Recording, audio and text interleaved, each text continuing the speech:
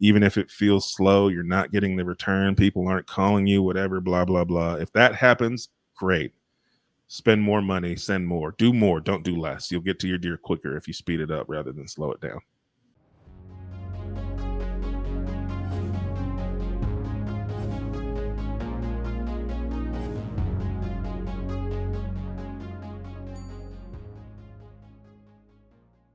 Hello, and welcome back to the Real Estate Investors Club podcast, a show dedicated to real estate investing. And today we're very happy to have Mr. Henry Washington joining us from the US. How's it going, Henry? It's going well. Thanks for having me. I'm excited to be here. All right. Well, as we were just discussing, this is all about real estate. It's about building value for our listeners, and we just want to remind them, by the way, thank you for your continued support. Thanks for sharing the show with a friend who you think could benefit from this conversation.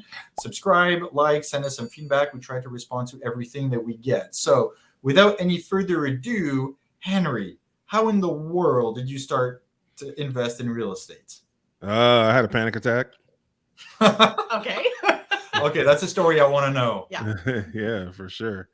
Yeah, so it all started because I had a panic attack. I had a panic attack because I thought my wife was going to leave me. I thought my wife was going to leave me because I didn't make strong financial decisions, and I didn't make strong financial decisions because I had no financial education. And so to wrap all of that up in a bow, what happened was in life, I did all the things that people tell you to do. Whoever they is, they say, go to college, get a good degree. They say, get a job, climb the ladder. They say work for 40 years, 50 years, and then retire. And so I did all those things they said to do. I was good grades in high school, got a technical degree in college so that I could get a high paying job at a good company, got a tech job working for Walmart. And so I don't know if you know much about Walmart, but one of the largest companies in the world, has one of the biggest IT departments in the world. And so a tech job with Walmart was a big deal. Yeah. And I was single, making six figures, doing tech for Walmart, and no financial education. And so it doesn't matter if you make six figures or zero figures or two figures. If you spend more than you make, you don't have any money. And so I was really good at doing that. And so that was all well and good. I literally remember living under paycheck to paycheck. I'd get paid, and halfway through my paycheck, I'm trying to figure out how many dollar menu meals I can eat until I get paid again, because I just don't have enough money to grocery shop for real or do anything like that. And so I lived like that for a while, and then I met my wife, and we got married 365 days after we met. So it was really, really fast.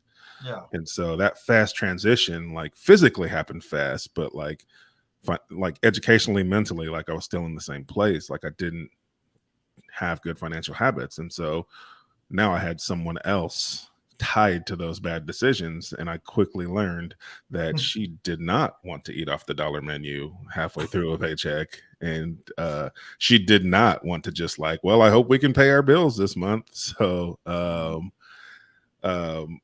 what did you do? Well, I had a panic attack, man. That's how we started, right?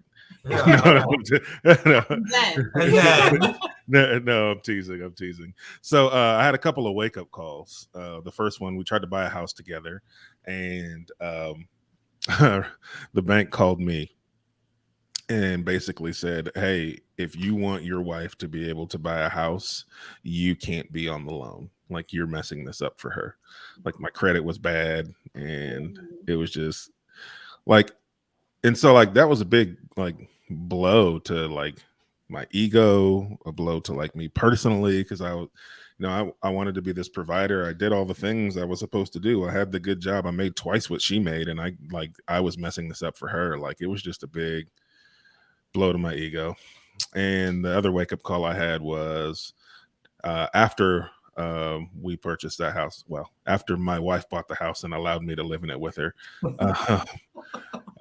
we had a conversation that all married couples have when they're new, which is what's this life going to look like, right? Like, where are we going to live? What's our dream house look like? How many kids are we going to have? What are we, where are we going on these awesome vacations that we're going to have? And like it's supposed to be a fun conversation, and like I'm trying to have fun with it, but I'm terrified the whole time because I'm like, I don't know how to get to a dream house. Like, we barely got to the house we're in now. Like, I don't like this is it. This is the dream. Like, I just couldn't figure out how to get to any of these places that she wanted to go and deserved to be able to be at. And so we went to bed, and then at 3 a.m. I woke up having a panic attack because I was worried that she was going to figure out I only look good on paper. And once you dig into the numbers, the math doesn't really math out, and this isn't financially going to benefit me in any way. And so I was having a big freak out about just not being able to provide for her and give her the things that she deserved. And so I did what any normal red-blooded person does when you are freaking out about money at 3 a.m. I went to Google and said, "How can I make more money?" And I just started seeing articles, and I started seeing articles, Bigger Pockets, like articles popped up. Every other article was something from Bigger Pockets about people, normal people investing in real estate. And like, I'd never thought much about it. Like, I didn't know who bought real estate. I just assumed rich people and corporations owned real estate. I assumed you had to have a bunch of money to own real estate. Like, I assumed all the things everybody assumes before they get into this business. And but as I was reading through those articles and I watched a TED Talk that was called "How to Design Your Dream Life Through Passive Income." And when you're having a freak out at 3 a.m. about not making enough money, and you see some kid talking on YouTube about how to design your dream life through passive income, well, that's a video you watch. And so I watched it, and he was this 20-something-year-old kid. He had 20-something doors, and he was talking about how he used the rent as passive income to be financially free. And I just thought, well, crap. This kid figured it out. Like, I can figure this out. This has to be something that's achievable, or else he wouldn't be sitting up here talking about it. And so I just made a decision that I was going to learn as much as I could, and I was going to be a successful real estate investor, and there was no other option. It was just going to work. And that gave me some sense of peace at 3 a.m. And I went to sleep. I woke up the next morning and told my wife, "Guess what? We're going to be real estate investors." And she was like, "Cool, let's do it." So that's This is such a great story. And how long ago was that? 5 years ago, for a little over 4.5 years ago. And then what happened? Then you're both on board. You have this exciting plan. Yeah. Then what do you do next? Yeah, so kind of like, the meat and potatoes of it. And so, like, if anybody's interested in real estate investing and they're just kind of scared, like, just write this stuff down, follow this blueprint, right? Like, because it literally worked for me. It can work for anybody. And it's not like there's no magic numbers here. There's not some secret formula. It's just a bunch of mindset stuff that works, right? Like, people get weird about mindset stuff, but man, it works. So, I've learned, looking back, what I did. And so, like, when I was actually doing it, like, I wasn't this smart. Like, I didn't know I was doing this stuff, right? But like, looking back, I can see what led to the success, right? And so the first thing that I did was I decided at 3 a.m. I decided. I didn't say I was going to give real estate investing a try. I didn't say I'll see how it goes. I didn't say I'll see if I can figure this thing out, right? I said I'm going to figure out. I said I'm going to be a successful real estate investor. I decided. Right. And when you make a decision, right, the suffix of the word decide is side, which means to kill off, right? Which means there's no other option. Like, you chose, right? This is it. And so that in your mind forces you to figure it out, right? Like, it forces you to go, oops, I bumped into this roadblock. I bumped into this wall. I ran into this obstacle, and your brain's already trying to figure out how to get over, around it, under it, whatever it can do to get past it, because you've told your brain you're going to figure out how to do this. And so it's working on that for you. When you just say you're going to try something, that's why people don't succeed when they try. It's because you didn't decide you were going to do it. You just said you were going to try it. And well, guess what? You tried it. It got hard and you stopped, right? That's why people quit. They didn't commit. They didn't commit, right? There's power in decision, right? And so because I decided, like, it forced my brain to figure out how, right? And I think too many people try to do the opposite. They try to figure out the how before they decide they're going to do something, right? It doesn't work like that. You got to decide first. And if you decide, the how will reveal itself, because the how is different for people. I'm sure the way you two invest is different than the way I invest. It's different than the way somebody else invests, because it's all based on what skills that you have, like what's your superpower. It's based on what your financial situation, right? Some people can't go traditional financing, so they got to learn creative financing. Some people have great credit and money at their disposal, so they can go a little easier route and just buy stuff on the MLS. Like there's a bajillion ways to do this. And so, like, for you to try to figure out how before you know, like, what all your options are is kind of silly. So you just have to decide, right? And so once I decided, the next thing I thought to do was, okay, well, if I don't know how to do this, then I need to get around people who do it. And so I just Googled again, real estate investor groups, meetups, clubs. Like, I didn't even know if there were any out there, but I was going to try to find some. And I found every real estate investment meetup group, RIA. If they were within driving distance and they met in person, I got my butt in the room. But I didn't just get in the room one time, right? And I think that's where a lot of people fail with this too, is they get into a RIA meeting and they go to a meeting, maybe they meet once a month, and they go for the first month, and then they're all about it, and then they kind of go for the second month, and then, they're still kind of all about it, but then they go for the third. They look at the third month and they start, life comes into play now, right?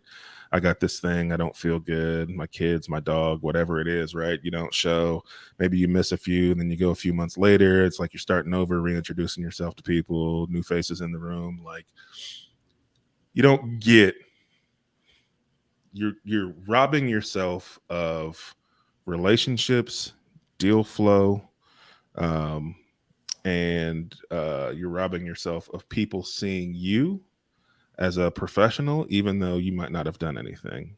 Because when you're consistently in the room, every meeting your face is in that room, people see you as a person of authority in that space, even if you've never done anything, because you're always there. Mm-hmm. You're always there. You're always networking. You're always talking to people. You're building your Rolodex of people that could be of service to you, or who you could be of service to. And so it's interesting, right? Like, next time you go to a RIA meeting and you look around and you can tell the people who are consistently in the room, I bet those are the people who do deals all the time, right? There's usually a mix. There's either somebody comes every time and they're scared to jump off the cliff, or there's people that come all the time and they're doing tons of deals, and you can tell them instantly, right? And so get in the room. And so by doing that, by going to every meetup I could, I started to build my network of other investors. I started to figure out who was going to be able to work with me. I found contractors, I found title companies, I found all these things. And even though I didn't know quite how to evaluate them all, I had the relationships, because when the time came for me to be able to leverage those relationships, I could then do that research and figure out who to work with. And so the other thing that I did, so the third thing you could say on the list that I did, was I just told people I was a real estate investor, even though I had no clue how to do it, or had bad credit. And mind you, I only had $1,000 in my savings account when I decided to go on this journey. Like, I had no money and bad credit, but I was going to be a successful real estate investor, right? And so that's like the two things you need to be a real estate investor. I had none of those things, but I still decided I was going to do it, right? And so I just told everybody I was a real estate investor, partially because I've just always been a believer in, like, in this world, you get what you give, right? If you don't, you get what you put out, right? Like, people always say, well, why are, the jerks always find me? Well, what are you putting out into the atmosphere to bring these jerks, right? Like, if you want money, you give money. If you want happiness, you give happiness. Like, that's how life works. If you wanted to be punched in the stomach right now, what's the number one thing you could do to get punched in the stomach? No. Just try it, Axel. Sorry, you're very, very good at all of this. Right. Why? I'm not going there. Right. Like, if you want to get punched, you punch somebody. Like, you get what you give. And so I was just like, all right, well, I'll just tell people I'm an investor, because that's what I want people to see me as. That's what I want to attract to me. And so just did that. So like literally when I would introduce myself to people who I'd never met, whether they were an investor or not, they'd say, well, what do you do for a living? I say, well, I'm Henry. I'm a real estate investor and I do software development for Walmart. Like day job became second because I wanted people to see me as an investor first. And that like law of attraction thing is what brought me my first deal. So a buddy of mine who I worked in the same building as had heard through the grapevine that I was buying houses now. And he called me in a panic about a house that he owned. And he was like, dude, I got a house. I have to sell it in 30 days. I heard you're buying houses. Would you look at it? Because I need to sell it. And I was like, well, yeah, absolutely. And he said, the situation was basically he had to sell it because he had to buy another property that he was buying for his church with some church members. And so like he had to sell it because he needed the money from that sale in order to buy this other property. And if he couldn't sell, he couldn't buy that other property, and he'd committed to do that. And so he was like, look, I'll sell you the house for $115. It's worth like $160. But if I sell it for $116, that gives me the exact amount of dollars that I need to go do the thing that I need to do. And I have to do it in 30 days. So as long as you can buy this within 30 days, you can have it for $115. Can you buy it? And I was like, yep. Yes, I can. Figure it out. Exactly. I had no clue how to buy it. Not a clue. But I said I was going to do it. Right. Yeah. And so I literally went back to my desk and I just Googled how to buy a house without a real estate agent. and they were like, well, you got to put it under contract. And then I was like, cool. How to find a contract? found a contract and then changed the names and like had him sign it and I sign it. And like, this is terrible advice. Like, don't do that. But the mindset is what's important. Like the mind to know that like nothing was going to stop me is what I want people to take away there. Don't go just download a contract and then sign it. That's a bad idea. You mean read it first? Yeah, you should do that. Yeah, you should read, it usually helps. Yeah, you should do that. Maybe a lawyer should read it first. That would help too. Good advice. I didn't do that. But the mindset is what's important, right? So I put the house under contract, and then I was like, cool. Now I need to buy it, which means I need money. I have $1,000. How do I find the money to buy this house? And so I thought, well, banks have money, so I'll just go to a bank. That's what people do when they want to buy a house. And so like that's all the research that I had done. I went to a bank with the contract physically in my hands, and I walked in and I said, hey, is there someone here who can help me buy this house, this one? And they were like, all right. So they bring a loan officer comes out, and I tell them what I'm looking to do, and they actually connected me with the commercial loan officer because it wasn't a traditional loan deal. And so I ended up talking to the commercial loan officer, and he was like, this is a really good deal. And I was like, yeah, I know. I would like you to give me money to buy it. And he basically said, we'd love to finance it. Here's our terms. You're going to need a 15% down payment. Do you have 15% of $115,000? And I was like, yeah, I got that. Did not have that. I did not have that at all. Right. But I didn't want him to know that because I wanted to get the deal done. And so now I was able to leverage that network. That was why it was so important for me to get in the room, because now I had this relationships with people who wanted to help me because I was consistently in these rooms. They saw me as a peer. They saw me as an investor. And so when I actually had a deal, I was able to go and say, hey, how the heck are y'all doing all this? Right? Like, how do I get the financing for this deal? And one of my now business partners, but then was just another investor I networked with, was like, well, let's brainstorm it out, bud, because you got to buy this deal. And I was like, yes, sir. So he brainstormed it out with me, and he landed on he was pitching ideas. He was like, you could do this, you could do that. And I was like, no, that won't work. Don't have that. He was like, well, you can borrow against the 401k. And I was like, what does that mean? I don't want to take out money of my 401k or take out money out of a 401k because then there's penalties and interest. He was like, no. You can borrow, right? So you can borrow against the money in your 401k. Your employer will make you repay it. They'll take the money from your actual paycheck, but they'll take it pre-tax, so it reduces your taxable income. And so there's some benefit to you there. And then you're paying it back with interest, but it's your money, so you get the interest too. And so if you use that type of a loan as the down payment and you buy something that cash flows, technically your tenants are paying back your loan with interest and not you. So you're getting paid multiple ways. And I was like, I didn't know that was a thing. I was like, well, that's what we're going to do then. Now I just got to find a 401k. Didn't have one of those either. So my wife did. And so I went to her and I said, remember that time I said we were going to be real estate investors? And she was like, yep. And I was like, cool. Well, we need to borrow $20,000 from your 401k so that we can buy this property.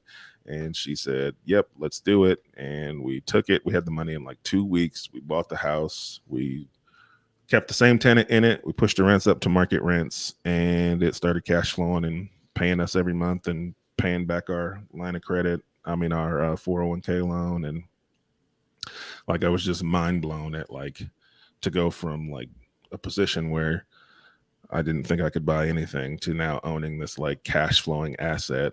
Like, I was just like, I got to do this again a lot And again, right now. And so that's what we did. And then the bank called and said, hey, this was a great deal. We'd love for you to bring us more of these. We would like to give you a line of credit against the equity in that house so that you have more cash that you can leverage as down payments if you go find more.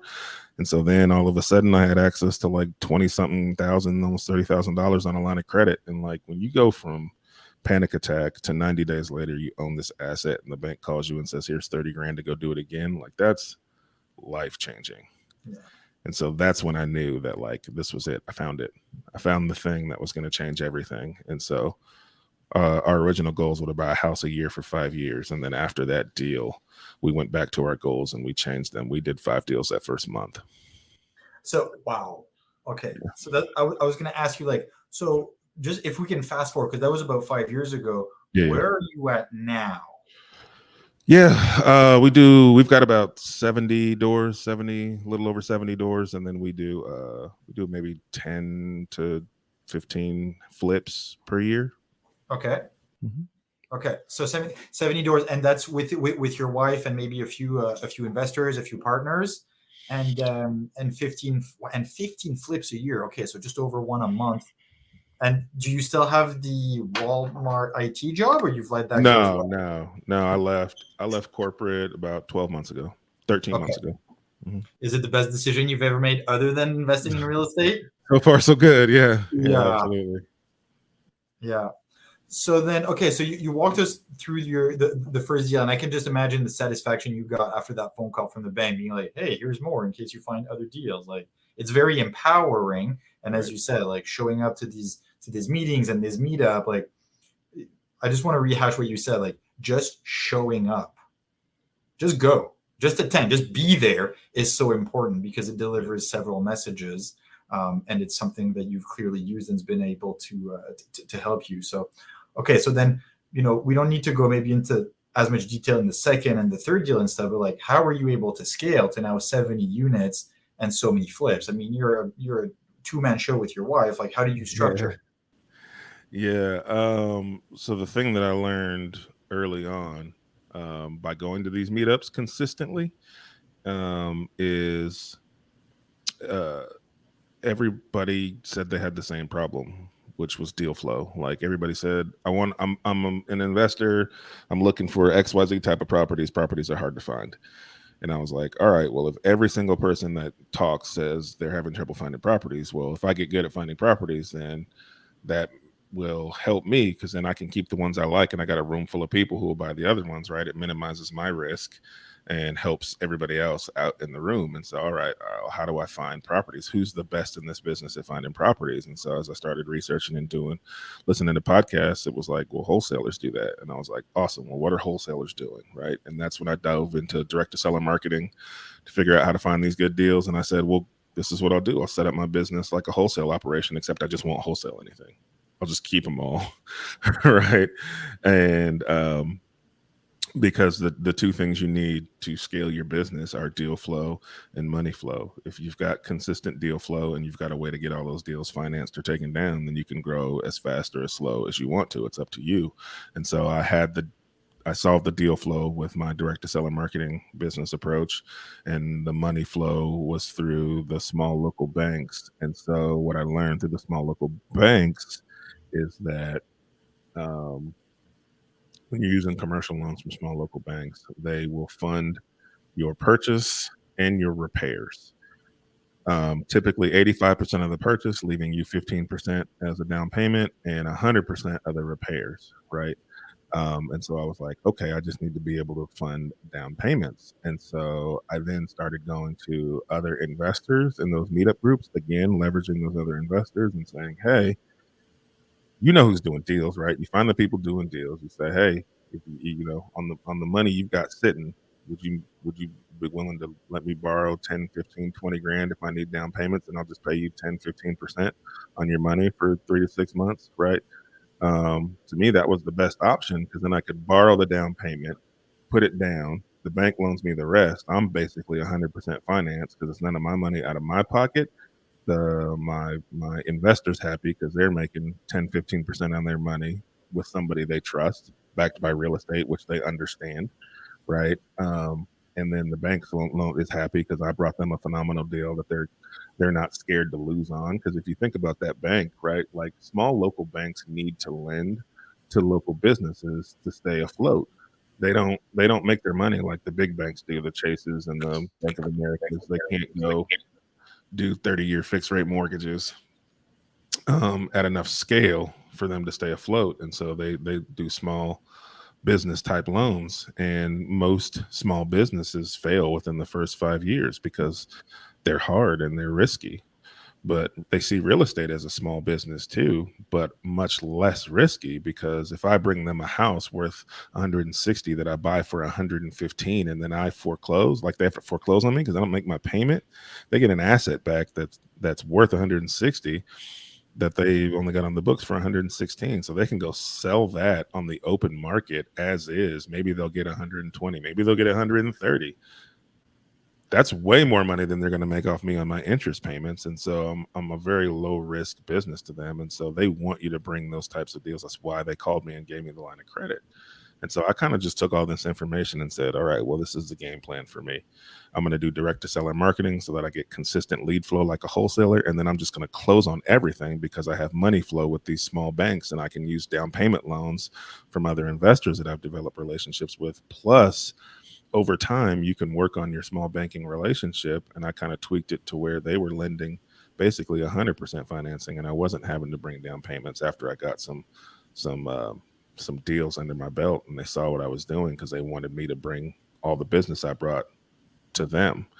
And so that's really how we scaled, as I solved the deal flow problem and the money flow problem. And so we just went as fast as we could.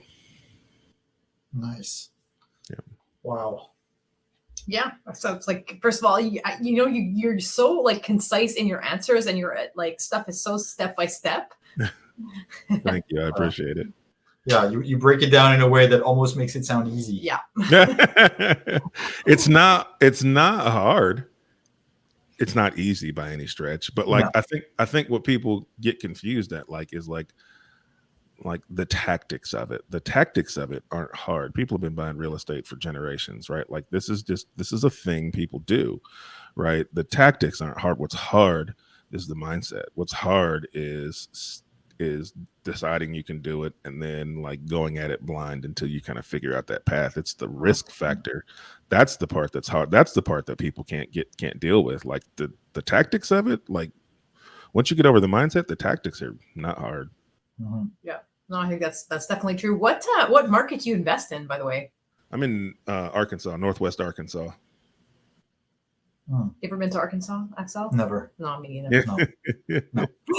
But it is the home of Walmart. It is the home of, that is exactly where it is. Yeah. Yeah, the home of Walmart.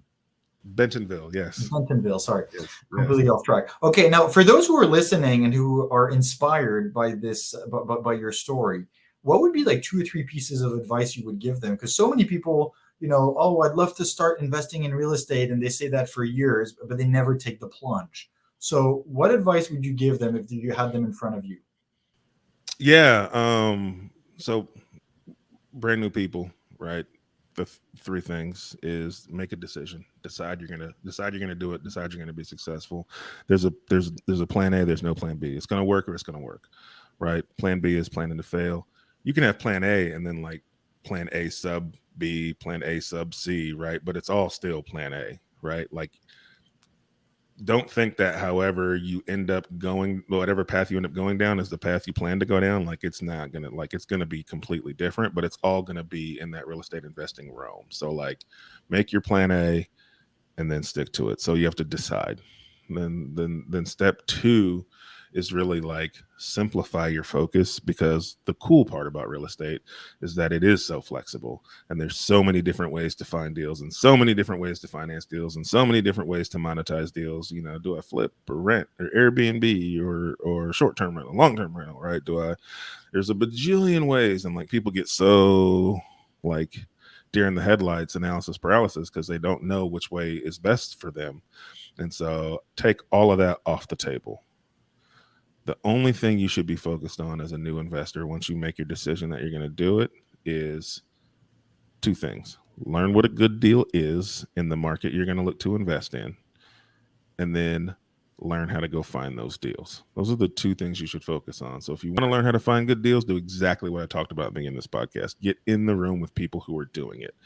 Go start to network with them. Just be strategic about your questions. When you're networking, go talk to an investor that's doing deals. You'll know them when you see them in the room. Everybody will be talking to them. They'll talk about their deals, and just go ask them. Be like, hey, my name's Henry. I'm just getting in this business. I'm super excited. Can you just tell me, like, what was your last deal like? Like, where'd you buy it? What'd you pay for it? Like, did you flip it? Did you rent it? How much did you put into it? What neighborhood was it in? Right? Like, A, people love talking about themselves. Like, that's just science of people, right? And then B, real estate investors love talking about their deals, and they love talking about their wins, and they love helping other investors. And so like, they'll tell you all that stuff. They'll answer all those questions. And so you'll be doing 2 things. You'll be building rapport with somebody who's successful in the business. You're stroking their ego, right? You're telling them they're awesome, right? But you're also learning so much, because now you're learning what neighborhoods they're buying in. You're learning what they paid for a house in that neighborhood. You're learning how much money it took them to put into that house. You're learning what they did to it. How'd they exit? Did they sell it? Did they flip it? What they rent it for? Like, they'll tell you all that stuff. And if you start to ask more and more people those questions, you'll get a good sense for what typical good deals look like from people who are successful in that field. That's just one way to start doing that. So learn what a good deal looks like in your market, and then learn how to find those good deals. Like, there's strategies for everybody, right? Pick a strategy, pick one that fits your budget and your personality, right? And your market. There are some markets where you can just call a real estate agent and they can send you some deals, and those deals cash flow, and you can buy them and everything's happy. Like, that's not my market. There's a few here and there, but most markets aren't like that, right? No. And so figure out a strategy for finding those deals. Maybe it's direct mail, maybe it's cold calling, maybe it's text messages, maybe it's door knocking, right? Every one of those requires a little bit of a different skill set. Every one of them is going to require you to be a little uncomfortable in an uncomfortable situation. Pick one that fits your personality and your budget. And the reason I say that is, if you pick, like for me, I'm not a sales cold call guy. Like, I could say I'm going to call 100 people today, and I'm not going to stop until I get somebody who lets me come look at their house and make them an offer. And I would get to like call number 2, and somebody would curse me out, and I'd be done for the day, right? Like, I wouldn't make enough calls for that to be a viable strategy for me. It's not my personality. And I don't want to lie to myself and say, well, I'm just going to bite the bullet and do it, because I wouldn't. So you have to know yourself enough, right? So I started off with direct mail. It worked out well for me. The people that were calling me wanted to call me because I sent the mail. Either they wanted to call me because they wanted to tell me they're not ever selling their house, or they wanted to call me because they were genuinely interested. But at the end of the day, they picked up the phone to call me. That made it a better strategy for me. And then I picked one that I could afford to fund, right? And so like, all of these are going to, like, this is a numbers game, right? With off market finding deals, you're trying to get your piece of marketing in front of somebody in the exact moment that they're thinking about selling their property. So it's all numbers and timing. Now, you generate some of that timing by sending multiple pieces of mail, right? So if I send you a piece of mail, the first one you throw in the trash, a month later you get a second piece of mail, you look at it, it says somebody wants to buy your house. You're like, no way, you throw it in the trash. But then you start thinking about, well, I wonder how much they would pay for that house. That's interesting. And then they start thinking about what they could buy with that money. And then that third month they get that mail again, and they go, I may give this guy a call. And they kind of tuck it under their, under their other mail. And then another month goes by, they get another one. And then they're like, oh, let me call this guy, right? Then boom, that's when they're thinking about selling. That's when you need to talk to that person. But it took 4 pieces of mail. If I send once a month, that's 4 months. So you have to be able to spend enough so that the numbers work in your favor. And so with mail, you got to be able to touch enough people. That's typically 2,000 plus mailers per month to get you some sort of reasonable return. Like if you can't afford to send that much mail a month, don't do it, right? Because you're just throwing your money away. You're throwing the trash can. Don't send a couple pieces of mail hoping to get success, right? So pick a strategy that you can afford to fund properly and that fits your personality, and then hammer it until you get a deal. Don't stop.